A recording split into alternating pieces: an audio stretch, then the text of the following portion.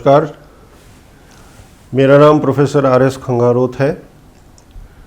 सबसे पहले तो मैं आप सभी को मेंस की परीक्षा पास करने के लिए बहुत बहुत बधाई देता हूं। और अब हमारी बारी है इंटरव्यू की। सबसे पहले तो इंटरव्यू के बारे में ये समझें कि इंटरव्यू से भयभीत होने की आवश्यकता नहीं है, इससे डरने की आवश्यकता नहीं है। आपने मेंस की परीक्षा पास कर ली है, इसका अर्थ ये हुआ कि आपने बहुत बड़ा काम पहले कर लिया है और आप एक अंतिम चरण में पहुंच गए हैं। Interview is only 12.5% of the total. इसका मतलब ये हुआ कि अब केवल 12.5% के लिए आपको संघर्ष करना है और ये आपका अंतिम चरण का संघर्ष होगा। खास बात यह है कि इसकी हम तैयारी कैसे करें और इसका एक फ्रेमवर्क कैसे तैयार करें, इस पर विचार करना चाहिए। मूल रूप से इंटरव्यू को हम दो भागों में विभाजित कर सकते हैं। इसका पहला भाग होता है जब विद्यार्थी कैंडिडेट इंटरव्यू बोर्ड के बाहर होता है, और इसका दूसरा भाग होता है जब आप इंटरव्यू बोर्ड के सामने होते हैं। ये दो भाग मोटे तौर पर हम कर सकते हैं। पहले भाग में आपको दो मूल रूप से ऐसे विषय है जिस पर गौर करना चाहिए। बाहर सबसे पहले आपको एक अपनी फाइल तैयार कर लेनी चाहिए। आपकी जो भी प्रोफाइल है, आपका जो भी करियर आपके सामने रहा है, उसके जितने भी सर्टिफिकेट्स हैं उनकी इंडेक्सिंग आप कर लीजिए। उनकी इंडेक्सिंग इस तरीके से कर लीजिए कि इंटरव्यू बोर्ड में मान लीजिए आपसे कोई प्रश्न और सवाल ये पूछा जाता है कि आपने स्कूल में पढ़ते हुए क्या क्या एक्टिविटीज़ में और को करिकुलर एक्टिविटीज़ में पार्टिसिपेट किया, तो आपको तुरंत ये मालूम होना चाहिए इंडेक्स के आधार पर कि ये एक सर्टिफिकेट है। आपने डिबेट में पार्टिसिपेट किया, आपने स्पोर्ट्स में पार्टिसिपेट किया, तो वो तुरंत सर्टिफिकेट आप इंडेक्सिंग यदि किया हुआ है तो आप तुरंत उनको दिखा सकते हैं।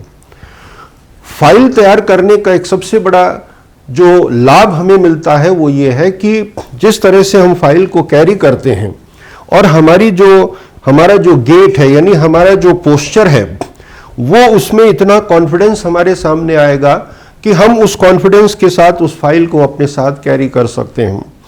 तो सबसे पहला काम जो हमें इंटरव्यू बोर्ड फेस करने से पहले करना चाहिए वो है कि हम एक अपनी फाइल तैयार कर लें, और वो फाइल इंडेक्सिंग करके कंप्लीट होनी चाहिए और सीक्वेंस में हमारे सर्टिफिकेट उसमें लगे हुए होने चाहिए। दूसरा, बाहर रहने पर हमारा ड्रेस कोड होता है। ड्रेस के बारे में बहुत से लोग बहुत सी बातें करते हैं, लेकिन मेरा ये मानना है कि सबसे पहले आप ऐसी यूनिफॉर्म पहने, ऐसे वस्त्र पहने, ऐसे कपड़े पहने जिसमें आप कंफर्टेबल फील करें। आमतौर पर लड़कियों को ये कहा जाता है कि आपको साड़ी पहननी चाहिए। आपसे ये कहा जाता है कि साड़ी हमारा बहुत ट्रेडिशनल ड्रेस है और इसलिए हमें इसको प्रेफर करना चाहिए। ऐसा कोई हार्ड एंड फास्ट रूल नहीं है।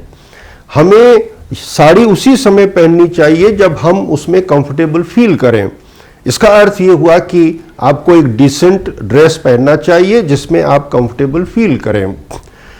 खास बात यह है कि उसी दिन के लिए, यानी जिस दिन हमें इंटरव्यू में जाना है, उसी दिन के लिए न्यू ब्रांड हमारा जो फुटवेयर है वो नहीं होना चाहिए। ब्रांड न्यू फुटवेयर नहीं पहनना चाहिए। कहने का अर्थ ये हुआ कि जो भी फुटवेयर आप पहनकर इंटरव्यू में जाने वाले हैं उसकी आपको हफ्ते भर पहले प्रैक्टिस कर लेनी चाहिए, ताकि उस फुटवेयर को जिसको आपको पहनना है उसको लेकर आप अभ्यस्त हो जाएं और कंफर्टेबल फील करें। ये दो ऐसे विषय हैं जो आपको इंटरव्यू से पहले ध्यान में रखने चाहिए। उसके बाद आप इंटरव्यू बोर्ड के सामने पहुंचते हैं। इंटरव्यू बोर्ड के सामने पहुंचने पर आपको बैठने के लिए कहा जाता है। आप थैंक्स कहकर अपनी सीट पर बैठ सकते हैं। बैठने के लिए आपका पोस्चर थोड़ा ठीक होना चाहिए। ठीक होने का अर्थ ये हुआ कि हम जब चेयर पर बैठते हैं तो आमतौर पर चेयर के आगे के हिस्से पर जाकर बैठ जाते हैं और उससे हमारे जो कंधे हैं, शोल्डर्स हैं, वो सामने झुक जाते हैं। तो इसके लिए हमें क्या करना चाहिए कि हमारी जो सीट है उसको कुर्सी के बिल्कुल पीछे तक टच कर लीजिए, ताकि आपकी जो बैकबोन है, आपकी जो बैक है, वो स्ट्रेट रहे और आप आराम से कंफर्टेबल होकर सामने कॉन्फिडेंस के साथ इंटरव्यू बोर्ड के सामने बैठ सकते हैं। तो एक तो रहा इंटरव्यू बोर्ड फेस करने से पहले और एक इंटरव्यू बोर्ड के अंदर पहुंचने के बाद। अब प्रश्न ये है कि हम एक ऐसा फ्रेमवर्क तैयार करें जिसके तहत हमारा इंटरव्यू फिक्स होगा। कहने का मतलब ये हुआ कि इंटरव्यू का दायरा क्या हो सकता है, इंटरव्यू का फ्रेमवर्क क्या हो सकता है, इस पर हमें विचार करना चाहिए। इसके लिए हम इसके दो भाग करते हैं। पहला भाग है, हमने कहा वर्ल्ड, उसके बाद हम बात करते हैं नेशन, उसके बाद हम बात करते हैं स्टेट, और उसके बाद हमारा नेटिव टाउन या सिटी। ये हमने 4 भाग किए। अब हमें क्या करना चाहिए, इसको अलग अलग भागों में विभाजित करना है। पॉलिटिकल, सोशल, इकोनॉमिक और कल्चरल, ये हमारे इश्यूज होंगे। अब हमें क्या करना चाहिए, वर्ल्ड कॉन्टेक्स्ट में ये देखना चाहिए कि वर्ल्ड कॉन्टेक्स्ट में इंपॉर्टेंट पॉलिटिकल इश्यूज क्या हैं, वर्ल्ड कॉन्टेक्स्ट में हमें देखना चाहिए कि सोशल इश्यूज क्या हैं, वर्ल्ड कॉन्टेक्स्ट में देखना चाहिए कि इकोनॉमिक इश्यूज क्या हैं और कल्चरल इश्यूज क्या हैं। कई बार सोशल और कल्चरल इश्यूज होंगे, वो मिक्स्ड अप होंगे, यानी एक दूसरे से प्रभावित होते हुए दिखाई देंगे। तो सबसे पहले बात करते हैं कि वर्ल्ड कॉन्टेक्स्ट में हमारे सामने इश्यूज क्या हैं। पॉलिटिकल इश्यूज की बात हो सकती है, सोशल इश्यूज की बात हो सकती है, इकोनॉमिक इश्यूज की बात हो सकती है, कल्चरल इश्यूज की बात हो सकती है। यदि आज हमसे कोई ये पूछता है कि वर्ल्ड कॉन्टेक्स्ट में सबसे बड़ा इशू हमारे सामने क्या है, तो हमारा ये मानना है कि कोविड-19 ये हमारे सामने एक वर्ल्ड क्राइसिस के रूप में उभर कर आ रही है। अब हमसे जब कोई पूछता है कि ये कोरोना क्या है, तो हम कहते हैं कि साहब ये एक वायरस है और ये इससे जो है तबाही हो रही है और इससे जो है बहुत लोग परेशान हो रहे हैं। ये हमारा बात करने का तरीका इंटरव्यू में बिल्कुल नहीं होना चाहिए। आपको एक कैंडिडेट के रूप में आपको ये बताना है कि आप एक बहुत जिम्मेदार नागरिक हैं और एक बहुत जिम्मेदार नागरिक होने के नाते आप इसकी अहमियत को समझते हैं। कोरोना की जो महामारी है उसकी डेप्थ क्या है, उसकी इंटेंसिटी क्या है, उसके बारे में आपको समझ होनी चाहिए। सबसे पहले तो कोविड-19 का अर्थ क्या है। कोविड-19 का अर्थ बहुत सरल है, कोरोना वायरस डिजीज। और आगे 19 क्यों लगा हुआ है, हम कहेंगे कि 19 में ये हुआ इसलिए इसको 19 नाम दे दिया, जबकि ऐसा नहीं है। आपको ये बताना पड़ेगा, बहुत स्पेसिफिक रूप से ये बताना पड़ेगा कि इसे 19 क्यों रखा गया। फर्स्ट केस चाइना में वुहान नामक स्थान पर रिपोर्ट हुआ, कौन सी तारीख को, 31 दिसंबर 2019 को, और इसीलिए WHO ने इसको नाम दिया कोविड-19। कोविड-19 का अर्थ सीधा सीधा सरल भाषा में हो गया कोरोना वायरस डिजीज 19। ये नाम किसने दिया, ये WHO का नाम है और WHO के माध्यम से पूरे विश्व में इसको ये नाम दे दिया गया। अब इसके परिणाम क्या होने वाले हैं, अभी हम क्या सफर कर रहे हैं और आगे आने वाले समय में इसकी इंटेंसिटी क्या होने वाली है, इसके बारे में आपको पूर्ण जानकारी होनी चाहिए। आपको ये समझना चाहिए कि कोरोना वायरस जैसी ये महामारी है, वैश्विक महामारी है, ऐसा हमारा कहना है कि मानव इतिहास में पहले कभी नहीं हुआ, ह्यूमन हिस्ट्री में पहले कभी ऐसा नहीं हुआ। आमतौर पर अखबारों में हम पढ़ते आए हैं कि फर्स्ट वर्ल्ड वॉर और सेकेंड वर्ल्ड वॉर के बाद आने वाला ये सबसे बड़ा संकट दिखाई देता है, लेकिन आपको ये भी समझना चाहिए कि फर्स्ट वर्ल्ड वॉर और सेकेंड वर्ल्ड वॉर में जो उसका प्रभाव था वो बहुत सीमित था। बहुत सीमित इस मायने में था कि केवल यूरोपियन कॉन्टिनेंट पर इसका प्रभाव सबसे अधिक दिखाई दिया, अमेरिका के लैंड पर इसका कोई असर नहीं था, एशिया के कुछ कंट्रीज पर इसका प्रभाव दिखाई देता है, लेकिन लॉकडाउन जैसी परिस्थितियां उस समय नहीं थी। कहने का अर्थ ये हुआ कि कोरोना को इस कोविड-19 को आपको इस तरीके से सामने इंटरव्यू बोर्ड के सामने रखना चाहिए कि आप ये बता सकें कि फर्स्ट वर्ल्ड वॉर और सेकेंड वर्ल्ड वॉर की तुलना में ये संकट उससे भी गहरा है और आप इस बात को समझते हैं। उसके बाद इसके क्या परिणाम निकलने वाले हैं।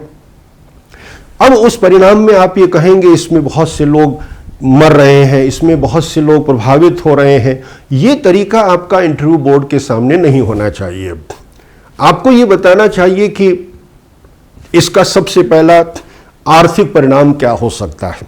जब आर्थिक परिणाम की बात करते हैं तो इसकी तुलना आपको 1929-30 में आने वाली आर्थिक मंदी से करना चाहिए। उस समय आर्थिक मंदी में क्या परिस्थितियां थी, क्या उससे भी कोई विकट परिस्थिति आगे आने वाले समय में आने वाली है, इसका विवरण आपको देना चाहिए। इसके अतिरिक्त इसके सामाजिक प्रभाव क्या हो सकते हैं, इसके आर्थिक प्रभाव क्या हो सकते हैं, इसके राजनीतिक प्रभाव क्या हो सकते हैं, इसके सांस्कृतिक प्रभाव क्या हो सकते हैं, इसको अलग अलग तरीके से आपको समझाना चाहिए ताकि इस मुद्दे पर आप गंभीर चर्चा इंटरव्यू बोर्ड के सामने कर सकें। कहने का अर्थ ये रहा कि एक जिम्मेदार नागरिक होने के नाते आपको इंटरव्यू बोर्ड के सामने ये बताना चाहिए कि एक यंग सिटीजन नागरिक होने के नाते आपको अपनी जिम्मेदारी की जानकारी है और उसी जिम्मेदारी के साथ आप अपनी बात अक्रॉस द टेबल यानी इंटरव्यू बोर्ड के सामने रख सकते हैं। और क्या समस्याएं विश्व के स्तर पर हो सकती हैं, उसमें हम पिछले दिनों में रेसिज्म की प्रॉब्लम देख रहे हैं। अब आपको ये मालूम होना चाहिए कि रेसिज्म की प्रॉब्लम विश्व स्तर पर क्या है। उसी संदर्भ में आपको ये जानना चाहिए कि इसका हिस्टोरिकल बैकग्राउंड क्या है। आप देखिए, अमेरिका जैसे देश में क्रिस्टोफर कोलंबस, जिसको हम अमेरिका की खोज का श्रेय देते हैं, उसकी मूर्तियां तोड़ी जा रही हैं। इसका मतलब ये हुआ कि हमें ये जानना चाहिए कि ये रेसिज्म की जो प्रॉब्लम है इसकी जड़ कहाँ है, उसकी ऐतिहासिक पृष्ठभूमि क्या है, इसके बारे में हमें जानकारी होनी चाहिए। तभी ऐतिहासिक पृष्ठभूमि के आधार पर हम अपनी बात आगे कह सकेंगे। कई बार हमसे ये पूछा जाता है, मेरे जैसे इतिहास के विद्यार्थी से पूछा जाता है कि हम इतिहास क्यों पढ़ते हैं। कई बार ये हमसे कहा जाता है कि आप इतिहास में केवल गड़े मुर्दे उखाड़ते, उसके अलावा आप कुछ नहीं करते। हम इतिहास के विद्यार्थियों पर ये आरोप लगाया जाता है। लेकिन इस बात को समझें कि हम इतिहास क्यों पढ़ते हैं। आप इसका जवाब कई बार देने की कोशिश करते हैं। ये कहते हैं कि जो प्राचीन काल में पहले जो कुछ भी हुआ उसका हमें ज्ञान हासिल होना चाहिए। हम ऐसी कोई समस्या जो हमारे सामने है, जो पहले हुई, उस पर हम गौर करें और आगे आने वाले समय में हम उसी तरह के कदम उठाएं जिससे कि वो समस्या दोबारा ना दोहराई जाए। ये सारी बातें कहने की आवश्यकता नहीं है।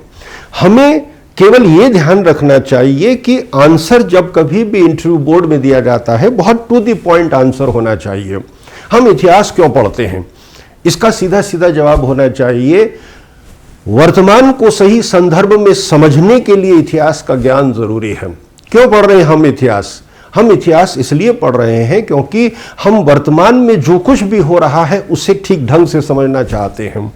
आप जानना चाहते हैं कि हमारा ये समाज ऐसे बिहेव क्यों करता है।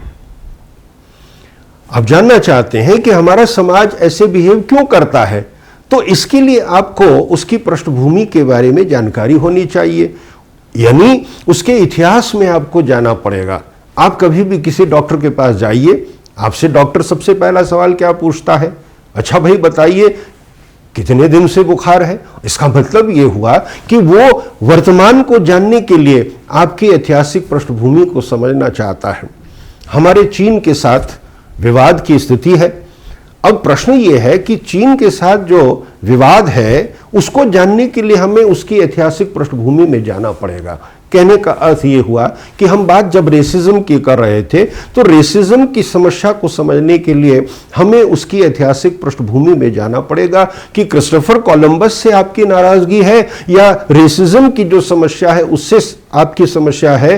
कहने का मतलब ये हुआ कि ऐतिहासिक पृष्ठभूमि किसी भी घटनाक्रम में यदि आप उस पर उत्तर देते हैं तो उसकी जानकारी आपको होनी चाहिए। इसी तरह से और क्या प्रॉब्लम हमारे सामने विश्व के संदर्भ में है? हमारे सामने एक सबसे बड़ी समस्या है climate and environment. Climate change की हमारे सामने बहुत बड़ी समस्या है, और जैसे ही क्लाइमेट चेंज की हम बात करते हैं, एनवायरनमेंट चेंज की हम बात करते हैं, ग्लोबल वार्मिंग की हम जब बात करते हैं, तो हमारा सीधा सीधा ध्यान उस छोटी सी एक बच्ची के ऊपर जाता है जो अभी पिछले साल 16 वर्ष की थी, जिसने पूरी दुनिया का ध्यान आकर्षित किया। 17 वर्ष की वो लड़की है और उसका नाम ग्रेटा थनबर्ग है। ग्रेटा थनबर्ग का नाम तुरंत हमारे जहन में आना चाहिए। कौन है ये ग्रेटा थनबर्ग? ऐसा उसने क्या किया जिससे कि पूरा विश्व उसकी तरफ आकर्षित हो गया, और अमेरिका के राष्ट्रपति ट्रंप को भी उसके बारे में कुछ न कुछ टिप्पणी करनी पड़ी। तो कहने का मतलब ये हुआ, एक ऐसा सेंटेंस उसने कहा, पॉलिटिशियंस को ऐसा सेंटेंस उसने कहा जो एक बहुत ही चुनौतीपूर्ण सेंटेंस था। उसने सभी दुनिया के पॉलिटिशियंस से कहा, हाउ डेयर यू।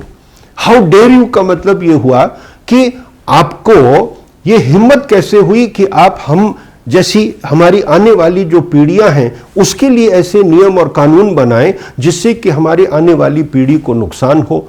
इसीलिए उसने इस सेंटेंस का इस्तेमाल किया, हाउ डेयर यू। इस एक सेंटेंस ने पूरी दुनिया को हिला दिया। मेरा कहने का अर्थ यह है, ग्लोबल वार्मिंग की समस्या क्या है, क्लाइमेट चेंज की समस्या क्या है, इसके बारे में आपको बैकग्राउंड सहित पूरी जानकारी होनी चाहिए, ताकि इंटरव्यू बोर्ड के सामने आप उसका ठीक ढंग से विवरण रख सकें। और याद रखें, interview is nothing but to be on the other side of the table. कहने का अर्थ यह है, of being on the other side of the table का अर्थ सीधा सीधा यह है कि उस दिन आप टेबल की दूसरी तरफ बैठे हैं और सामने बैठने वाले उस दिन आपसे सवाल और प्रश्न पूछ रहे हैं। और इसलिए on being on the other side of the table का मतलब यह हुआ कि अपनी बात जो भी कहना चाहते हैं उसको सरल तरीके से, प्रभावी तरीके से across the table interview board के सामने रखने का प्रयास करें। अंतर्राष्ट्रीय स्तर पर, वर्ल्ड कॉन्टेक्स्ट में और क्या ऐसी समस्याएं हैं, ऐसे क्या ज्वलंत विषय है, उनकी आपको जानकारी होनी चाहिए। हम LGBT की बात कर सकते हैं। ये क्या समस्या है, ये एक सामाजिक समस्या क्या है जिसने पूरे विश्व को हिला कर रखा हुआ है। हम कुछ वर्ष पहले तक छुपकर इस संदर्भ में बात करते थे, अब धीरे धीरे हम इस पर खुलने लगे हैं। कहने का मतलब यह है कि ये एक हमारी सोशो कल्चरल इशू है जिस पर हमें जानकारी होनी चाहिए। तो हमारा कहने का अर्थ ये हुआ कि हम वर्ल्ड कॉन्टेक्स्ट में पॉलिटिकल, सोशल, इकोनॉमिक और कल्चरल इश्यूज पर फोकस करें और उनकी ऐतिहासिक पृष्ठभूमि को समझते हुए हम उसका अपना एक उत्तर तैयार करें, और उसके बारे में विवरण तैयार करने के साथ ही हम अपनी बात अक्रॉस द टेबल बड़े सरल तरीके से अक्रॉस द टेबल रख सकें। इसके लिए हमें क्या करना चाहिए? इसके लिए हमें जो न्यूज़पेपर में एडिटोरियल्स हैं उसका अध्ययन करना चाहिए। एडिटोरियल्स में भी आपको क्या करना है, एडिटोरियल्स को भी आपको सोशल, पॉलिटिकल, कल्चरल इश्यूज में बांट लेना चाहिए। कहने का मतलब यह है कि एडिटोरियल में भी इन अलग अलग विषयों से जुड़े हुए आर्टिकल्स आते हैं, और वो आर्टिकल्स सभी करंट इवेंट से रिलेटेड होते हैं, तो उनका अध्ययन आपको करना चाहिए। एडिटोरियल्स का प्रयोग इंटरव्यू में कैसे कर सकते हो? कोई भी एडिटोरियल जब आप पढ़ते हैं तो जाहिर है उसमें जो लेखक उस एडिटोरियल के आर्टिकल को लिख रहा है उसका व्यू पॉइंट उसमें वो दर्शाता है। यदि आप उसके व्यू पॉइंट से सहमत हैं तो आप उस व्यू पॉइंट का इस्तेमाल स्वयं अपने लिए करें और उस व्यू पॉइंट को अपना बताते हुए इंटरव्यू बोर्ड के सामने रखें। कहने का मतलब यह हुआ कि आप एडिटोरियल का जो लेखक है उसके व्यू पॉइंट से सहमत हैं और अपनी बात उसी के आधार पर कह रहे हैं। कहने का मतलब यह हुआ कि एडिटोरियल के लेखक को कोट करने की आवश्यकता नहीं है, वो व्यू आपका भी हो सकता है, और इसलिए यदि वो आपका है तो उसको अपना ही बनाकर इंटरव्यू बोर्ड के सामने रखें। और यदि आप उस लेखक के व्यू पॉइंट से सहमत नहीं हैं तो आपको क्या करना चाहिए? आपको यह कहना चाहिए कि आमतौर पर इस विषय पर यह धारणा है, आमतौर पर इस विषय पर यह धारणा है, लेकिन मैं व्यक्तिगत रूप से ये बात मानता हूं या मानती हूं कि मेरा व्यू पॉइंट ये है। और जब आपने ये कहा कि मेरा व्यू पॉइंट ये है, मैं व्यक्तिगत रूप से ये मानता हूं या मानती हूं, तो इसका अर्थ ये हुआ कि इंटरव्यू बोर्ड को आपने ये मैसेज दे दिया कि बहुत से लोग बहुत सी बातें अपने तौर से, अपने तरीके से समझने का प्रयास करते हैं, लेकिन आपका एक इंडिविजुअल व्यू पॉइंट भी हो सकता है। वो व्यू पॉइंट जरूरी नहीं सबसे सहमति रखता हो, लेकिन अपनी इंडिविजुअलिटी को कायम रखते हुए आप अपना विचार अक्रॉस द टेबल रख सकते हैं। और ये एक बड़े इफेक्टिव तरीके से आप इंटरव्यू बोर्ड के सामने जब रखेंगे तो ये बात उभर कर आएगी कि आपका अपना एक इंडिविजुअल व्यक्तित्व है जो अपने आप में आपको दूसरों से अलग भी करता है। तो इफेक्टिव तरीके से अपनी बात जब कही जाती है तो एडिटोरियल्स का इस तरीके से इस्तेमाल किया जा सकता है। तो आपको इंटरव्यू में जाने से पहले जो पिछले 6 महीने के न्यूज़पेपर्स हैं, 6 महीने के जो करंट इवेंट्स हैं, उनका अध्ययन कर लेना चाहिए और उनको इस क्रम में भागों में बांटते हुए उसका यदि आप अध्ययन करेंगे तो एडिटोरियल्स का इस तरीके से प्रयोग और इस्तेमाल किया जा सकता है। वर्ल्ड कॉन्टेक्स्ट में आपने ये सब तैयारी कर ली है। उसके बाद हम अपने नेशन पर आ जाते हैं। अपने राष्ट्र के संदर्भ में बात की जाए तो राष्ट्र के संदर्भ में भी हम ये बात कहेंगे कि कोविड-19 का भारत पर क्या असर हो रहा है। क्या भारत उन चुनौतियों का सामना करने में सक्षम है? क्या भारत उन समस्याओं का सामना ठीक ढंग से कर पा रहा है? उसमें क्या खामियां हैं? और उसके साथ साथ हमने शुरू में ये इंप्रेशन दिया कि कोविड-19 का सामना करने में भारत सबसे आगे है, लेकिन हमने कहीं ना कहीं ये देखा कि एक टर्निंग पॉइंट आया और उस टर्निंग पॉइंट के आने के बाद हमारे यहां पर परिस्थितियां बदल गईं। और वो परिस्थितियां कौन सा इवेंट था जिससे बदल गई? हमारे सामने सबसे बड़ी समस्या आई लेबर की, माइग्रेंट लेबर्स की हमारे सामने सबसे बड़ी समस्या आई। और माइग्रेंट लेबर्स की जो समस्या थी शायद हम उसको ठीक ढंग से टैकल नहीं कर पाए। माइग्रेंट वर्कर्स की समस्या क्या थी, इसका प्रभाव कहां से कैसे आया और फाइनली इसका आने वाले समय में क्या असर पड़ा? माइग्रेंट वर्कर्स की समस्या यह थी कि ऐसा लग रहा था कि हमारे देश में चारों तरफ से पॉलिटिकल प्रेशर अलग अलग सरकारों ने इस तरीके से लगाने की कोशिश की कि उस पॉलिटिकल प्रेशर में हमने बड़ी जल्दबाजी में इन माइग्रेंट लेबर्स के लिए वो एक निर्णय कर लिया जो शायद हमारे लिए विपरीत सिद्ध हो रहा है। माइग्रेंट वर्कर्स की जैसी ही समस्या पॉलिटिकल प्रेशर से प्रभावित हुई तो हम उसको सही ढंग से टैकल नहीं कर पाए। अब माइग्रेंट वर्कर्स क्या चाहते थे? माइग्रेंट वर्कर्स ये चाहते थे कि जिस स्थान पर उन्हें काम करने को मिल रहा है वो अपने गंतव्य स्थान पर, अपने नेटिव प्लेस पर, अपने स्थानीय जो भी उनका मुकाम है वहां जाना चाहते थे। इसके लिए पॉलिसी गवर्नमेंट को इस तरीके से बनानी चाहिए थी कि माइग्रेंट वर्कर्स को उनको जिस स्थान पर वो हैं उनको सारी सुविधाएं वहीं उपलब्ध करवानी चाहिए थी, जैसे उनके खाने की व्यवस्था, उनके रहने की व्यवस्था और तमाम जो रोजाना की, रोजमर्रा की जो आवश्यकताएं हैं उनको उन्हें पूरा उसी स्थान पर करना चाहिए था जहां पर वो माइग्रेंट लेबर्स स्टेशन्ड थे, यानी जहां पर वो स्थित थे। उसके बाद जैसे ही लॉकडाउन की परिस्थितियां धीरे धीरे बदली और हम अनलॉक की तरफ आगे बढ़े तो उन्हीं वर्कर्स का प्रयोग हम उन उद्योग में, इंडस्ट्रीज में, कारखानों में कर सकते थे जो हमारे सामने एक बहुत बड़ी आर्थिक संकट के रूप में सामने उभर कर आया। तो कहने का मतलब है कि भारत ने कोविड-19 जैसी समस्या का सामना बड़ी सफलतापूर्वक पहले किया, लेकिन उसके बाद कहीं ना कहीं एक ऐसा टर्निंग पॉइंट आ गया जिससे ऐसा लगा कि ये हमारी समस्या हाथ से शायद ना निकल जाए। फिर भी सरकारें अपने अपने तौर पर इस समस्या का समाधान करने की कोशिश कर रही है और उन समस्याओं को सुलझाने के भी प्रयास निरंतर जारी हैं। अब ये माना जा रहा है कि आने वाले समय में क्या होगा। आने वाले समय में हमें सभी को किसी न किसी एक वैक्सीन का इंतज़ार है और उस वैक्सीन के आने से शायद इस समस्या का हल निकल जाएगा। लेकिन हमें भारत के संदर्भ में किसे सही मानना चाहिए?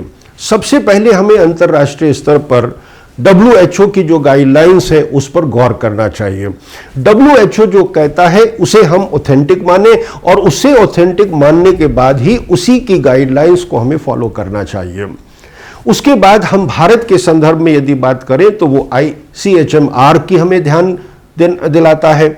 हमें ICHMR क्या कह रहा है, उसकी क्या गाइडलाइंस है, उस पर गौर करना चाहिए। बाकी हमें जो भी फॉल्स जो न्यूज़ हमें मिलती है, जो फेक न्यूज़ हमें मिलती है, उस पर गौर नहीं करना चाहिए।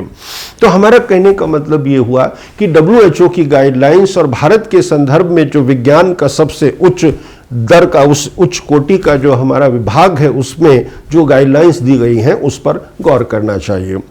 अभी कुछ ही दिन पहले WHO ने ये कहा कि ये बात ठीक है कि दुनिया में वैक्सीन बनाने की बात चल रही है और इसमें कोई शक नहीं कि हमें इसमें सफलता मिलेगी।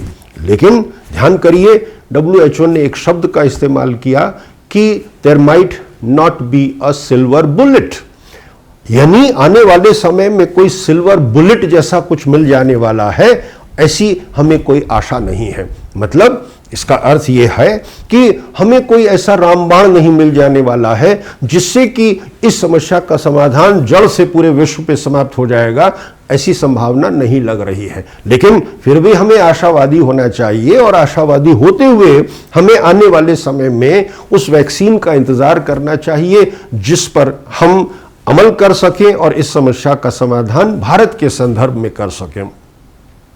अब कई बार हमें ये सवाल पूछा जाता है कि आप एक प्रशासनिक अधिकारी होने के नाते इस कोविड-19 की जो समस्या है उसको डिस्ट्रिक्ट लेवल पर प्रशासनिक अधिकारी होने के नाते किस तरीके से इसका समाधान करने का प्रयास करेंगे।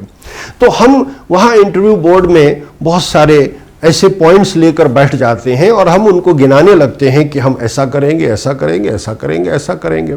जबकि आपको ये समझना चाहिए कि प्रशासनिक अधिकारी की जिम्मेदारी क्या है। प्रशासनिक अधिकारी व्यक्तिगत रूप से अपनी किसी योजना को अमल नहीं करवा सकता। तो एक प्रशासनिक अधिकारी होने के नाते आपको क्या करना चाहिए, उसका जवाब आपको इंटरव्यू बोर्ड को देना चाहिए। आपको सीधा सीधा ये कहना चाहिए कि सरकार की जो नीतियां हैं, गवर्नमेंट की जो गाइडलाइंस हैं, उनको हम बहुत स्ट्रिक्टली फॉलो करवाने का प्रयास करेंगे। इसका मतलब ये हुआ कि एक प्रशासनिक अधिकारी होने के नाते आपको अपनी जिम्मेदारी का एहसास है और आप बहुत सरल शब्दों में ये बात कह रहे हैं कि मैं चाहे कुछ भी हो जाए, गवर्नमेंट की जो गाइडलाइंस हैं उनको मैं स्ट्रिक्टली फॉलो करूंगा या करूंगी और उसी के आधार पर मैं हमारे जिले में तहसील स्तर पर जहां कहीं भी इस समस्या का समाधान करना है तो उस पर मैं अमल करूंगा या करूंगी। उसके अलावा यदि आपके पास खुद की स्वयं की कोई योजना है तो उस योजना को आपको सरकार के सामने रखना चाहिए, सरकार से सलाह मशवरा करना चाहिए, सरकार से एडवाइस लेनी चाहिए और सरकार उस पर जो भी एडवाइस आपको देती है उस पर आपको अमल करना चाहिए। जैसे हमने हमारे स्टेट के संदर्भ में भीलवाड़ा मॉडल की बात की, तो वो भीलवाड़ा मॉडल अपने आप में कोई अलग नहीं था, वो सरकार की गाइडलाइंस के आधार पर था और कुछ सुझाव जो स्थानीय स्तर पर दिए गए उस पर अमल करने की अनुमति सरकार के द्वारा ली गई थी। तो एक प्रशासनिक अधिकारी होने के नाते आप क्या कर सकते हैं इसकी आपको जानकारी होनी चाहिए और across the table interview board के सामने अपनी योजना का जिक्र कर लेना चाहिए। तो नेशनल और राष्ट्र के स्तर पर हमारे सामने कोविड की समस्या है और उसका समाधान कैसे हो सकता है, उस पर हम किस तरीके से आगे बढ़ेंगे, इसके बारे में आपको जानकारी होनी चाहिए। इसके अतिरिक्त भारत के सामने और क्या चुनौतियां हैं? अभी भारत के सामने सबसे बड़ी चुनौती है कि भारत के चीन के साथ संबंधों को लेकर, अब ये चीन को लेकर समस्या क्या है, उसकी ऐतिहासिक पृष्ठभूमि आपके सामने होनी चाहिए। इसके अतिरिक्त आपको ये जानकारी होनी चाहिए कि चीन और ताइवान के बीच क्या समस्या है, चीन और हांगकांग के बीच क्या समस्या है और चीन और भारत के बीच क्या समस्या है। इन अलग अलग विषयों की जानकारी उनकी ऐतिहासिक पृष्ठभूमि को समझते हुए आपको देखना चाहिए। इसके अतिरिक्त हमारे सामने जो नेबर्स हैं उसमें हम पाकिस्तान की बात करते हैं और अभी रिसेंटली हम नेपाल की भी बात कर रहे हैं कि हम किस तरीके से हमारे जो नेबर्स हैं उनके साथ हमारे जो संबंध हैं उनमें कहीं ना कहीं खटास दिखाई दे रही है। उस पर अमल कैसे किया जा सकता है, वो समस्या क्या है, उसका समाधान कैसे किया जा सकता है, इसके बारे में आपको जानकारी होनी चाहिए। इसके अतिरिक्त राष्ट्र के स्तर पर बहुत सारे और भी कई विषय हैं, जैसे हम CAA की बात करते हैं, जम्मू एंड कश्मीर की बात करते हैं। जम्मू एंड कश्मीर में आर्टिकल 370 क्या है, इसका रिवोकेशन हो गया, उसका 1 साल पूरा हो गया। उसको लेकर अब हम आने वाले समय में जम्मू कश्मीर की आने वाले समय में उसकी क्या जर्नी होगी, उसका कैसे विकास हो सकता है, उसे भारत के साथ मेन स्ट्रीम में कैसे रखा जा सकता है, ये सारी जानकारियां आपके पास होनी चाहिए।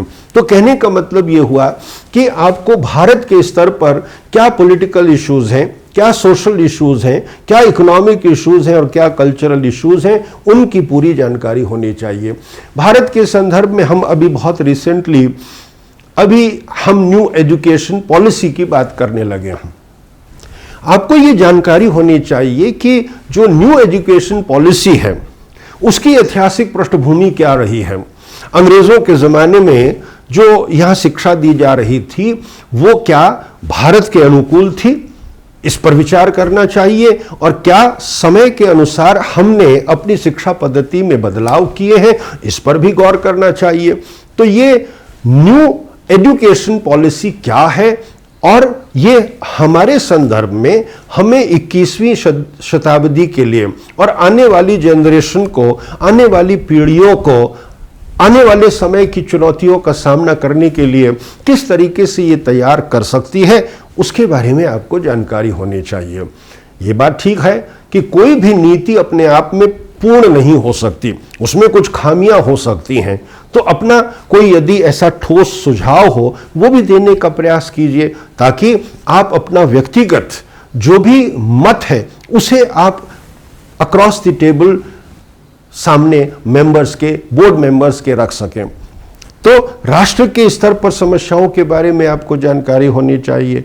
हम राष्ट्र के स्तर पर अमेरिका के साथ कैसे रिलेशंस हैं, यूरोपियन यूनियन के साथ हमारे कैसे रिलेशंस हैं, ये अंतर्राष्ट्रीय स्तर पर भी हमें भारत को देखना चाहिए। और भारत अंतर्राष्ट्रीय स्तर पर अपने आप को कहाँ पाता है, इसके बारे में भी जानकारी होनी चाहिए। तो राष्ट्र के स्तर पर हमें अपनी तैयारी इन लाइंस पर करनी चाहिए। इसके बाद हम स्टेट की बात करते हैं, हम हमारे स्वयं के राजस्थान स्टेट की बात करते हैं। तो राजस्थान के बारे में सबसे पहले आपको ये जानकारी होनी चाहिए कि आज नए पॉलिटिकल इश्यूज और डेवलपमेंट्स राजस्थान के संदर्भ में क्या हो रहे हैं। आपसे सीधे सीधे सवाल ये पूछे जाएंगे कि ऐसी समस्याओं में गवर्नर की क्या भूमिका होती है, चीफ मिनिस्टर की क्या भूमिका होती है, और उसमें कोर्ट की मदद कब ली जा सकती है और कोर्ट हमें कहां तक मदद कर सकता है, इसकी आपको जानकारी होनी चाहिए। उसका जो बैकग्राउंड है, उसके जो नियम हैं, उसके जो रूल्स हैं, उसके जो कानून हैं, उसके बारे में आपको जानकारी होनी चाहिए। क्योंकि आपसे समस्या के तौर पर यह नहीं पूछा जाएगा कि इस समस्या का समाधान आप कैसे कर सकते हैं। आपको ये जानकारी होनी चाहिए कि ऐसी परिस्थिति में गवर्नर की क्या भूमिका है, ऐसी परिस्थिति में चीफ मिनिस्टर की और कैबिनेट की क्या भूमिका है, पॉलिटिकल पार्टीज की क्या भूमिका हो सकती है, कोर्ट की क्या भूमिका हो सकती है, इसके नियम क्या है, इसके रूल्स क्या है, इसके रेगुलेशंस क्या है, इसके बारे में आपको जानकारी होनी चाहिए। अब हम जब स्टेट की बात करते हैं तो स्टेट के सामने सबसे बड़ी समस्या आती है कि हम एग्रीकल्चर बैकग्राउंड से संबंधित हमारी इकोनॉमी है, इसको हम कैसे बूस्ट कर सकते हैं, इंडस्ट्रीज को हम कैसे आगे बढ़ा सकते हैं, इंफ्रास्ट्रक्चर को कैसे प्रमोट कर सकते हैं, हम ज़्यादा से ज़्यादा इंडस्ट्रीज और इंडस्ट्रियलिस्ट को यहाँ राजस्थान में कैसे आकर्षित कर सकते हैं। हमने देखा है पिछले कई वर्षों में कितनी सारी सरकारें आईं, उन सभी सरकारों के प्रयास ये रहे कि बड़े उद्योगपति राजस्थान में आकर उद्योग स्थापित करें और इकोनॉमिक ग्रोथ राजस्थान में भी संभव हो। लेकिन कहीं ना कहीं ऐसा लगता है कि राजस्थान में इंफ्रास्ट्रक्चर की कमी है। तो क्या हम इंफ्रास्ट्रक्चर पर फोकस करें ताकि हम ज़्यादा से ज़्यादा इंडस्ट्रीज को यहाँ स्थापित कर इकोनॉमिक ग्रोथ की तरफ आगे बढ़ सकें। और ये जो एक हमारे ऊपर एक मोहर लगा दी गई है बीमारू स्टेट की, इससे हम कैसे मुक्ति पा सकते हैं, कैसे बाहर निकल सकते हैं, उसके लिए आपके सामने ऐसे प्रावधान होने चाहिए, ऐसे आपके सामने समाधान होने चाहिए जो अक्रॉस द टेबल रखकर आप समझा सकें। हमारा सबसे बड़ा जो आकर्षण का केंद्र है राजस्थान के संदर्भ में वो टूरिज्म है। हम टूरिज्म को बढ़ावा कैसे दे सकते हैं? टूरिज्म को बढ़ावा देने के लिए टूरिज्म का मतलब केवल एक टूरिस्ट को यहाँ बुलाकर उसको राजस्थान के बारे में थोड़ी जानकारी दे देने से काम नहीं चलेगा। टूरिज्म के भी अलग अलग हिस्से किए जा सकते हैं। रिलीजियस टूरिज्म अलग हो सकता है, हेरिटेज टूरिज्म अलग हो सकता है, मेडिकल टूरिज्म अलग हो सकता है, और इस तरीके से अलग अलग भागों में बांटते हुए हम वाइल्ड लाइफ की तरफ किस तरह से टूरिज्म को बढ़ावा देकर आकर्षित कर सकते हैं, ये सब कुछ काम हमें करने चाहिए। इसके अलावा राजस्थान की संस्कृति के बारे में, हमारे यहाँ पर जो राजस्थान का जो कल्चरल बैकग्राउंड है, इसकी जो हिस्ट्री है, इसके बारे में जानकारी देने के लिए हमें क्या करना चाहिए? हमें इसका लिटरेचर उपलब्ध करवाना चाहिए।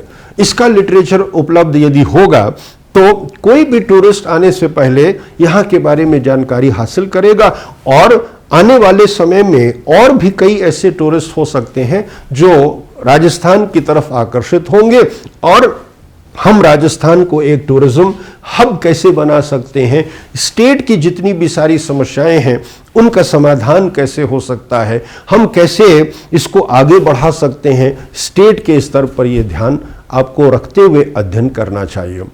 इसी तरह से जब हम बात करते हैं टाउन और सिटी, टाउन और सिटी का मतलब ये हुआ कि जिस शहर के, जिस नगर के आप रहने वाले हैं, उससे संबंधित आपसे सवाल जरूर पूछे जाएंगे। और उन सवालों में सबसे पहला सवाल आता है कि आप जिस शहर में रह रहे हैं उसका हिस्टोरिकल बैकग्राउंड क्या है, उसकी ऐतिहासिक पृष्ठभूमि क्या है, उसका कल्चरल रिचनेस कहाँ पर दिखाई देती है, उसका कल्चरल हेरिटेज क्या है। वहाँ आपको ये बताना चाहिए कि हमारा जो टाउन है, हमारा जो नगर है, वहाँ पर फोक डांसेस कौन से हैं, फोक म्यूजिक कैसा है, हैंडीक्राफ्ट्स कैसा है, फेयर्स एंड फेस्टिवल्स कैसे हैं, और हम किस तरीके से टूरिस्ट को हमारे शहर में, हमारे नगर में आकर्षित कर सकते हैं। ये जानकारी आपको अपने स्टेट, अपने शहर के बारे में, अपने नगर के बारे में देनी चाहिए। अब जैसे हम सीधी बात जयपुर की यदि करना चाहते हैं तो जयपुर की हिस्ट्री क्या है, इसका हिस्टोरिकल बैकग्राउंड क्या है। अभी कुछ ही समय पहले आप जानते हैं कि जयपुर की वॉल्ड सिटी को, जयपुर की जो वॉल्ड सिटी है उसे विश्व धरोहर सूची में शामिल किया गया, वर्ल्ड हेरिटेज लिस्ट में शामिल किया गया। तो आपको ये जानकारी होनी चाहिए कि वर्ल्ड हेरिटेज लिस्ट क्या है, ये यूनेस्को के द्वारा बनाई जाती है।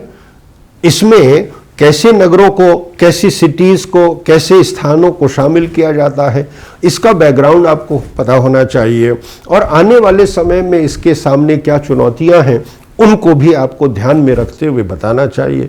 बहुत से लोग आते हुए सवाल ये पूछते हैं कि जयपुर को पिंक सिटी क्यों कहते हैं।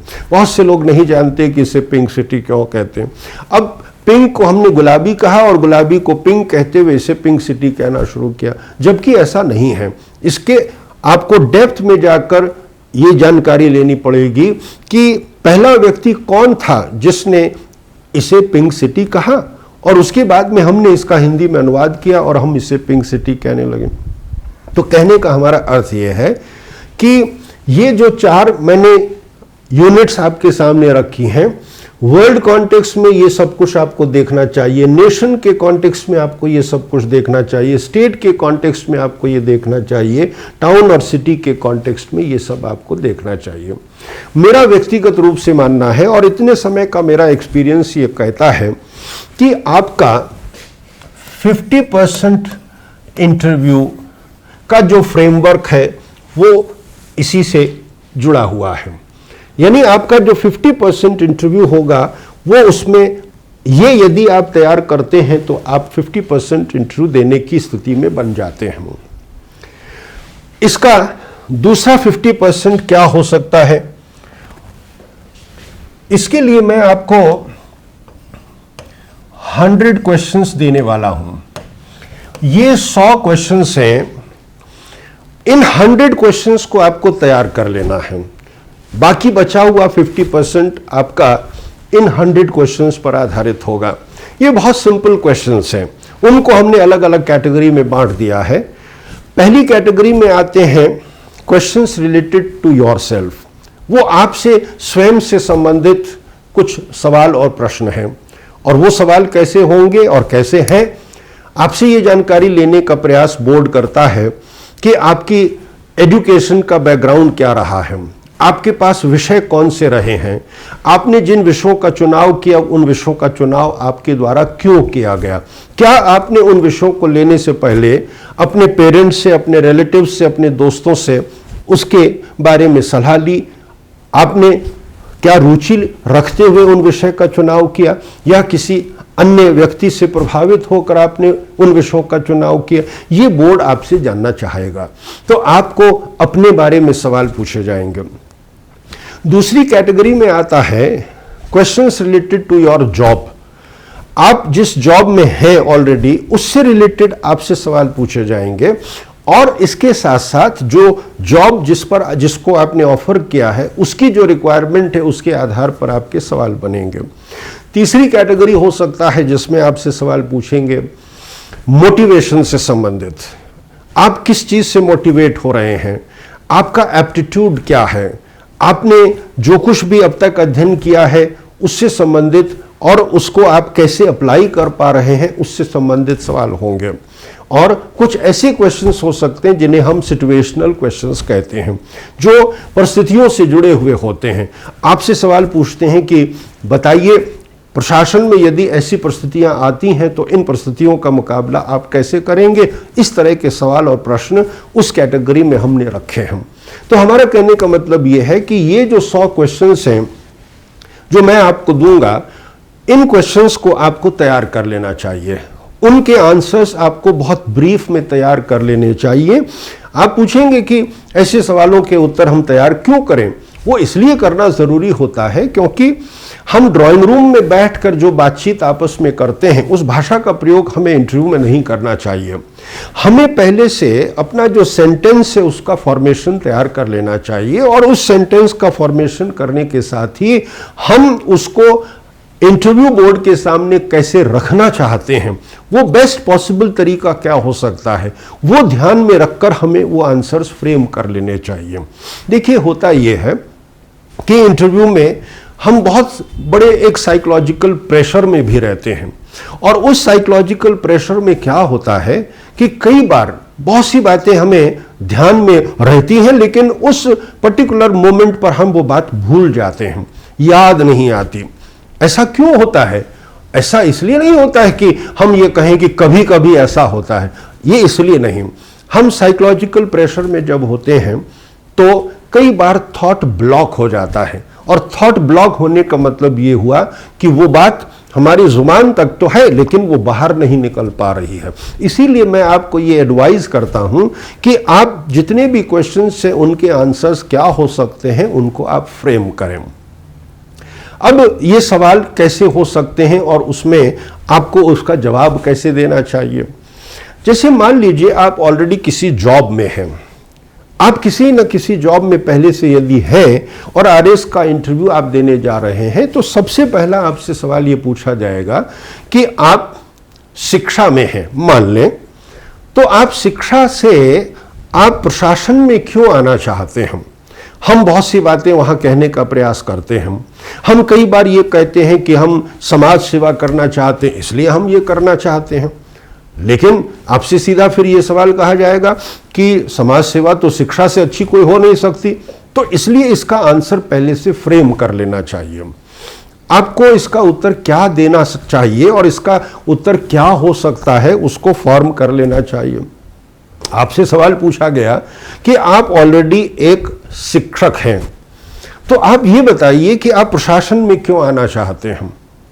तो आपको ये कहना चाहिए कि सर, शिक्षा के क्षेत्र में हमें केवल एक ही क्षेत्र में अपनी दक्षता, अपना हुनर दिखाने का अवसर प्राप्त होता है, लेकिन प्रशासन में हमें अलग अलग क्षेत्रों में अपना हुनर दिखाने का अवसर मिलता है। हमें अलग अलग क्षेत्रों में अपना हुनर दिखाने का, अपनी दक्षता दिखाने का अवसर प्राप्त होता है। मैं अपनी इन विशेषताओं का प्रयोग प्रशासन में अलग अलग क्षेत्रों में कर सकता हूं। आपने मैसेज क्या दिया इंटरव्यू बोर्ड को? आपने इंटरव्यू बोर्ड को यह समझाने की कोशिश की कि शिक्षा के क्षेत्र में तो मुझे जानकारी है, लेकिन मेरा जो हुनर है उसको प्रशासन में कैसे इस्तेमाल किया जा सकता है, ये बात भी आप इंटरव्यू बोर्ड के सामने रख रहे हैं। कहने का मतलब है कि आप में अलग अलग क्षेत्रों में हुनर है और उन विशेषताओं को ध्यान में रखकर आप उनका प्रयोग प्रशासन में कर सकते हैं। तो उत्तर को इस तरीके से यदि हम फ्रेम करते हैं तो मैं सोचता हूं कि आप बड़े पुख्ता तौर पर अपनी बात अक्रॉस द टेबल रख सकते हैं। कई बार सवाल ये पूछे जाते हैं जो आपको परेशान भी करते हैं। कई बार ऐसे सवाल पूछे जाते हैं जब आपसे ये कहेंगे कि अच्छा ये बताइए कि आप करप्शन से और भ्रष्टाचार से कैसे बचेंगे। तो आप बहुत सारी बातें कहने की कोशिश करते हैं कि हम नैतिकता पर ध्यान देंगे, हम मॉरल वैल्यूज पर ध्यान देंगे। वो सब बातें अपनी जगह ठीक हो सकती हैं, लेकिन इसका पुख्ता जवाब क्या हो सकता है वो भी हमें फ्रेम कर लेना चाहिए। वो क्या हो सकता है? आपको ये कहना चाहिए, बड़े सरल तरीके से ये बात रखनी चाहिए कि सर, इसमें कोई शक नहीं कि समाज में भ्रष्टाचार व्याप्त है। अब आपने ये जो बात की है, क्या इसको कोई नकार सकता है? इसे कोई नहीं नकार सकता। मनुष्य जब से इस पृथ्वी पर आया है, मैं ये सोचता हूं कि भ्रष्टाचार शायद उसी दिन से शुरू हो गया, तो इसलिए समाज का कोई भी व्यक्ति इसको नकार नहीं सकता। तो इसलिए आपने क्या कहा कि सर, इसमें कोई शक नहीं कि समाज में भ्रष्टाचार व्याप्त है। फिर आगे कहिए कि सर, लेकिन समाज में ऐसे भी तो लोग हैं जो ईमानदार हैं, मेहनती हैं, कर्मठ हैं, और सर शायद ये समाज और ये दुनिया ऐसे ही लोगों की वजह से चल रही है। मैं समाज के इस अंग का भाग बनकर रहूंगा या रहूंगी। आपने क्या मैसेज दिया? आपने ये मैसेज दिया कि समाज में भ्रष्टाचार है, इसमें कोई शक नहीं, इसे कोई नहीं नकार सकता, लेकिन आपने ये कह दिया कम वॉट में, आपने ये कह दिया कि चाहे कुछ भी हो जाए, मैं उस लाइन को क्रॉस नहीं करूंगा, नहीं करूंगी। दुनिया में कितने भी भ्रष्टाचार लोग हो, कितना भी भ्रष्टाचार हो, मैं उस लाइन के इस तरफ रहूंगा या रहूंगी। और आपने अपनी बात को ये कहते हुए सामने रखा है कि मैं किसी भी तरीके से विचलित नहीं होऊंगा और नहीं होंगे। ये बात आपने अक्रॉस द टेबल रख दी। कहने का मतलब ये है कि जो भी बात कहें उसको बहुत शॉर्ट में, प्रिसाइज और to the point across the table. मैं बार बार कहता हूं, अक्रॉस द टेबल का मतलब है जहां इंटरव्यू बोर्ड के मेंबर्स बैठे हैं उन तक आप पहुंचाने का प्रयास करें। आमतौर पर हमारी बेटियों को, लड़कियों को, बच्चियों को यह सवाल पूछा जाता है कि आप लड़की होकर, महिला होकर प्रशासन में कैसे घर और ऑफिस में अपना तालमेल बिठाएंगे? लड़की होने से क्या आपके सामने कोई समस्या आएगी? नहीं आएगी। उसका समाधान आप कैसे करेंगे? तो इसके लिए भी आपको मैं ये कहूँगा हमारे लड़कियों को कि वो किस तरह से इसका जवाब तैयार कर सकते हैं। आप ये कहिए कि सर, इसमें कोई शक नहीं कि एक महिला होने के नाते शारीरिक दृष्टि से महिला पुरुषों की तुलना में कमजोर प्रतीत होती है। अब देखिए, आपने क्या कहा? मैसेज दिया प्रतीत होती है। इसका मतलब है कि आप कहीं ना कहीं ये कहना भी चाहती हैं कि ऐसा नहीं है। आपने ये कहा कि ये बात सही है कि शारीरिक दृष्टि से ये बात सही है कि महिला पुरुषों से कमजोर प्रतीत होती हैं, लेकिन सर मनोवैज्ञानिक दृष्टि से महिलाएं पुरुषों से कहीं स्ट्रांग और ताकतवर होती हैं। और मानकर चलिए कि यह बात विज्ञान प्रूव कर चुका है, और यह वैज्ञानिक दृष्टि से भी सही है कि मनोवैज्ञानिक दृष्टि से, साइकोलॉजिकली यदि हम बात करें तो महिलाएं पुरुषों से कहीं स्ट्रांग हैं। तो एक तो सबसे पहले यह बताने की कोशिश करें कि आप जो जिस जेंडर के हैं उस जेंडर को आपको प्रोटेक्ट करना है, अपने जेंडर को प्रोटेक्ट करना है, और उस जेंडर में होने के नाते आपको अपने जेंडर पर गर्व करना है। तो आपने ये कहा कि मैं साइकोलॉजिकली यदि यह बात कहूं तो हम पुरुषों से कहीं सशक्त हैं, और इसलिए यह मैं मानती हूं कि हम किसी भी दृष्टि से हम पुरुषों से कम नहीं हैं। और इसलिए जहां तक प्रशासन और हमारी फैमिली लाइफ का प्रश्न है, ठीक उसी तरीके से जिस तरीके से पुरुष सामंजस्य बिठाने का प्रयास करते हैं, हम भी वैसा करने में सक्षम हैं।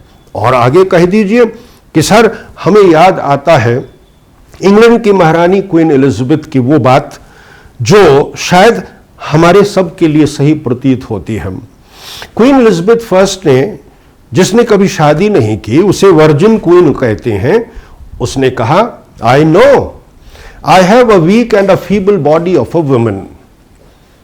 I know I have a weak and a feeble body of a woman, but my heart and my stomach is that of a king, and that too the king of England. इसका मतलब ये हुआ कि उसने पूरी दुनिया को ये कह दिया, बता दिया कि हम शारीरिक दृष्टि से शायद कमजोर दिखाई दे रहे हैं, लेकिन हम पुरुषों से किसी भी तरीके से कम नहीं हैं। कहने का मतलब ये हुआ कि महिला होने के नाते जो आपसे प्रश्न और सवाल पूछे जा रहे हैं, उसमें आपको अपने जेंडर को प्रोटेक्ट करना है। उस जेंडर को प्रोटेक्ट करते हुए आपको अपने उस जेंडर पर गौरवान्वित महसूस करना है। और मैं ये समझता हूं कि यदि आप ये बात अक्रॉस द टेबल इस तरीके से रखें तो इसमें आपको सफलता जरूर मिलेगी, और उसका प्रभाव इंटरव्यू बोर्ड पर जरूर पड़ेगा।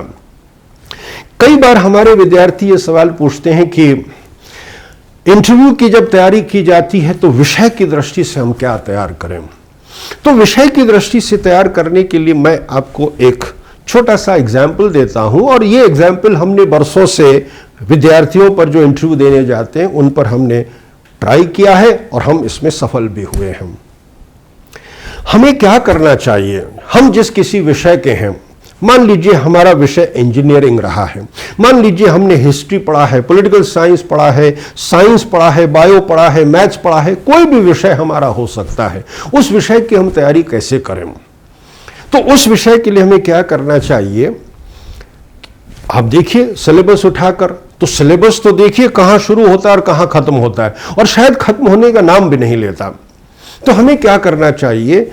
कोई एक एरिया ऐसा किसी भी विषय का तैयार कर लेना चाहिए, और वो तैयार इस तरीके से कर लेना चाहिए कि उस विषय में से कोई भी प्रश्न, कोई भी सवाल यदि पूछा जाता है तो उसका तुरंत आप जवाब देने की स्थिति में हो।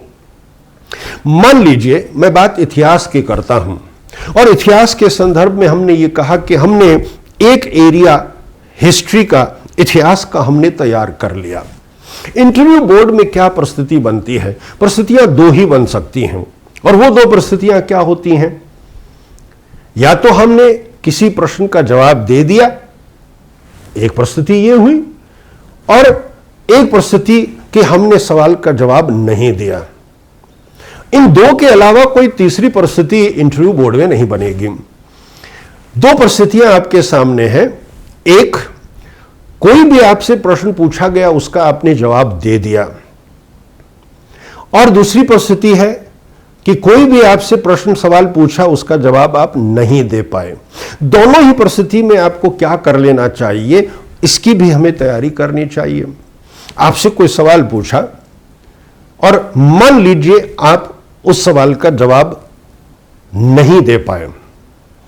अब जब सवाल का जवाब नहीं दे पाते हैं तो उस समय कैंडिडेट की परिस्थिति क्या बनती है? सबसे पहले तो दिमाग में यह आता अरे बाप रे, इस सवाल का हम जवाब नहीं दे पाए।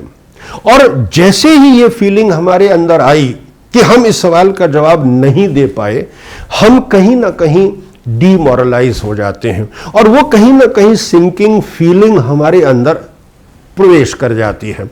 और जैसे ही सिंकिंग वो सिचुएशन हमारे मन में आती है, हमारा इंटरव्यू खराब हो जाता है। तो हमें क्या करना चाहिए? ऐसी परिस्थिति को हमें संभालना चाहिए। क्या हुआ? आपसे सवाल पूछा, आप सवाल का जवाब नहीं दे पाए, आप डीमोरलाइज हो गए, आप में सिंकिंग फीलिंग आ रही है और उसके अलावा आगे एक और डर और भय आपके मन में आ गया कि अगले सवाल का भी आप जवाब दे पाएंगे या नहीं दे पाएंगे। तो उस घबराहट में आपने क्या किया? अपना इंटरव्यू बिगाड़ दिया। लेकिन मैं आपको एक सलाह दे रहा हूं कि इस परिस्थिति का कैसे सामना करें। मैंने कहा, आपसे सवाल पूछा और आप सवाल का जवाब नहीं दे पाए। तो जब नहीं दे पाए तो अपने आप में सबसे पहले अपना बॉडी और माइंड का बैलेंस बना कर रखिए। किसी भी तरीके से विचलित होने की आवश्यकता नहीं है। सवाल पूछा, सवाल का जवाब आप नहीं दे पाए, अपने आप को संतुलित रखने की कोशिश कीजिए और जवाब क्या दिया जा सकता है उस पर गौर कीजिए। आप ये कहिए, सॉरी सर, मुझे इसकी पूरी जानकारी नहीं है। आपने क्या कहा? सॉरी सर, मुझे इसकी पूरी जानकारी नहीं है। इसका मतलब यह है कि जो भी सवाल आपसे पूछा गया है उसकी कुछ जानकारी आपको है। इसका मतलब आपने इंटरव्यू बोर्ड को ब्लफ नहीं किया है। कभी भी ब्लफ करने की इंटरव्यू में कोशिश मत करिए। आपने इंटरव्यू को बोर्ड को ब्लफ नहीं किया है। आपने केवल यह कहा है, सॉरी सर, मुझे इसकी पूरी जानकारी नहीं है। लेकिन उसके बाद में आप ये कहिए, मेरा एरिया ऑफ इंटरेस्ट ये है, मेरी रुचि का विषय ये है। और वो रुचि का विषय कौन सा होगा? वो एरिया ऑफ इंटरेस्ट कौन सा होगा जो आपने अपने विषय का तैयार किया है। अपने विषय में जो एरिया आपने तैयार किया है, जो आपका एरिया ऑफ इंटरेस्ट बन रहा है, बोर्ड से कहिए कि आपसे सवाल उसी एरिया में से पूछा जाए। आपने क्या किया? बोर्ड को वही सवाल पूछने के लिए मजबूर किया जो आप चाहते हैं कि बोर्ड आपसे सवाल पूछे। इसका मतलब यह हुआ कि इंटरव्यू बोर्ड को भी आप गाइड कर सकते हैं कि आपको वही सवाल पूछा जाए जो आप तैयार करके गए हैं। इंटरव्यू में पहला आपने कहा, क्या था? सवाल का जवाब नहीं दे पाए। और सवाल का जवाब जब नहीं दे पाए तो आपने कहा, सॉरी सर, मुझे इसकी पूरी जानकारी नहीं है, मेरी रुचि का विषय यह है। उनको आप से उसी सवाल को पूछने के लिए मजबूर कीजिए जो आपने तैयार किया है। दूसरी परिस्थिति क्या बनती है? सवाल का जवाब आपने दे दिया। जब किसी प्रश्न का जवाब आप इंटरव्यू बोर्ड में देते हैं और सफलतापूर्वक जब आप जवाब दे देते हैं तो उसके बाद अंदर मन में बहुत अच्छी फीलिंग होती है। क्या फीलिंग होती है? इसका जवाब तो भाई मैंने दे दिया। लेकिन एक भय आपके मन में बना रहता है और वो भय क्या है? आगे अगले सवाल का मैं जवाब दे पाऊंगा या नहीं दे पाऊंगा। तो ऐसी परिस्थिति में भी आपको क्या करना चाहिए? आपको यह कहना चाहिए, सर, मेरा एरिया ऑफ इंटरेस्ट ये है, मेरी रुचि का विषय ये है।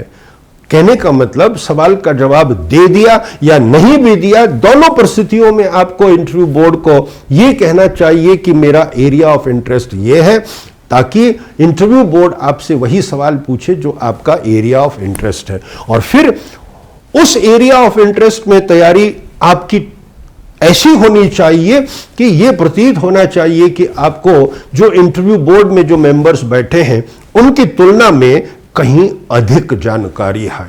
और यदि आप ऐसा कर पाते हैं तो यह मानकर चलिए कि वो एक असरदार आपका इंटरव्यू बन सकता है। इंटरव्यू में सवाल वो नहीं पूछे जाते जिसका जवाब आप नहीं दे पाते हैं। आमतौर पर इंटरव्यू में सवाल वो पूछे जाते हैं जो सवाल या जिस सवाल का उत्तर आपको आता है। प्रश्न ये है कि जो कुछ भी आपको आता है उसको आप सही तरीके से अक्रॉस द टेबल बोर्ड के सामने कैसे रख पाते हैं, कैसे सफलतापूर्वक अपनी बात रख पाते हैं, ये गौर करने वाला विषय होता है। तो इसलिए ये ध्यान रखिए कि इंटरव्यू बोर्ड में आपको कोई परेशान नहीं करता है, आपसे वही जानकारी लेने की कोशिश करता है जो आपको जानकारी है। उस जानकारी को आप सही तरीके से सही फ्रेम में रखते हुए आप उनको बताने का प्रयास करें। कई बार सवाल आपसे पूछे जाते हैं कि अच्छा अपने बारे में बताइए। कई बार सवाल और आपका इंटरव्यू इसी प्रश्न से शुरू होता है, अपने बारे में बताइए। तो अपने बारे में बताने का मतलब क्या है? हम कई बार जब अपने बारे में बताने लगते हैं तो हम बहुत सी बातें ये कहते हैं कि मैंने ये किया, मैंने अचीव ये किया, मैंने ये हासिल किया, मैंने ये बात ठीक है, अपने बारे में बताएं। लेकिन उसके साथ साथ कभी भी आप जो कुछ भी हैं, जो कुछ भी जीवन में आपने हासिल किया है, उसके लिए अपने पेरेंट्स को, अपनी फैमिली को, अपने रिश्तेदारों को भी क्रेडिट देने का प्रयास जरूर करें। हमने ये देखा है कि मॉडर्न जनरेशन में इसका अभाव है, तो इसलिए आपको ये कन्वे करना है कि आप ट्रेडिशनल परिवार से हैं। ट्रेडिशनल होते हुए भी, परंपरागत होते हुए भी आपके पास जो आइडियाज हैं वो मॉडर्न हैं। मॉडर्न आइडियाज रखते हुए आप एक ट्रेडिशनल परंपरागत पारिवारिक पृष्ठभूमि से हैं और आप ये बताने की कोशिश करें कि आप जो कुछ भी हैं वो किसकी वजह से हैं? अपने पेरेंट्स की वजह से हैं, उनके आशीर्वाद की वजह से हैं, और जो कुछ भी आपने हासिल किया है और जीवन में आप हासिल करने वाले हैं उनके आशीर्वाद से होने वाला है। तो इसका मतलब ये हुआ कि आप जो कुछ भी हैं अपने बारे में बताते हुए आप क्रेडिट स्वयं लें, इसमें कोई शक नहीं, लेकिन उसका क्रेडिट अपने पेरेंट्स को, अपने परिवार को भी जरूर दें। उससे ये होगा कि आप ग्राउंडेड हैं, आपकी जड़ें बहुत मजबूत हैं, आपको कोई हिला नहीं सकता, और सामने बैठा जो आपका इंटरव्यू ले रहा है वो ये महसूस करेगा कि ऐसे व्यक्ति का चयन मुझे करना चाहिए। इंटरव्यू बोर्ड में आपको क्या मैसेज फाइनली देना चाहिए? इंटरव्यू बोर्ड को आपको ये बता देना चाहिए कि देखिए सर, आप जिस पोजीशन के लिए, जिस प्रशासनिक अधिकारी का आप चुनाव करना चाहते हैं, आप उनको इंटरव्यू के बोर्ड के सामने बैठकर ये कन्वे करने का प्रयास कीजिए कि सर, जिस जॉब के लिए आप किसी की तलाश कर रहे हैं, you are the best suited men और विमेन फॉर दिस पोजीशन। आप उनको ये बताइए कि मुझसे अच्छा आपको कोई कैंडिडेट दूसरा नहीं मिलेगा। ये उनको कन्वे करने की कोशिश कीजिए और अपना इंप्रेशन इस तरीके से उन पर रखिए कि वो आपको उस पोजीशन के लिए, आपका चयन करने के लिए मजबूर हो जाए। तो मेरा ये मानना है कि कॉन्फिडेंस लेवल आपका ऊपर होना चाहिए। Remember, interview is nothing but your confidence level. आपका कॉन्फिडेंस लेवल ही आपका सिलेक्शन फाइनली करवाएगा, ऐसा मैं मानता हूं। ये मैंने आपको जो 100 क्वेश्चंस दिए हैं, इसके लिए आप जो नीचे दिया हुआ लिंक है टेलीग्राम पर, उस पर आप जाइए और उसको डाउनलोड कीजिए और उसके बाद उनके प्रश्नों के आप उत्तर लिखिए और हमें वापस भेजिए ताकि हम अगली क्लास में उसमें आपके साथ डिस्कशन कर सकें। Wish you all the best. और अंत में मैं यही कहूँगा कि hard work and little bit of luck, that is all what is required. Wish you all the best and thank you very much. नमस्कार।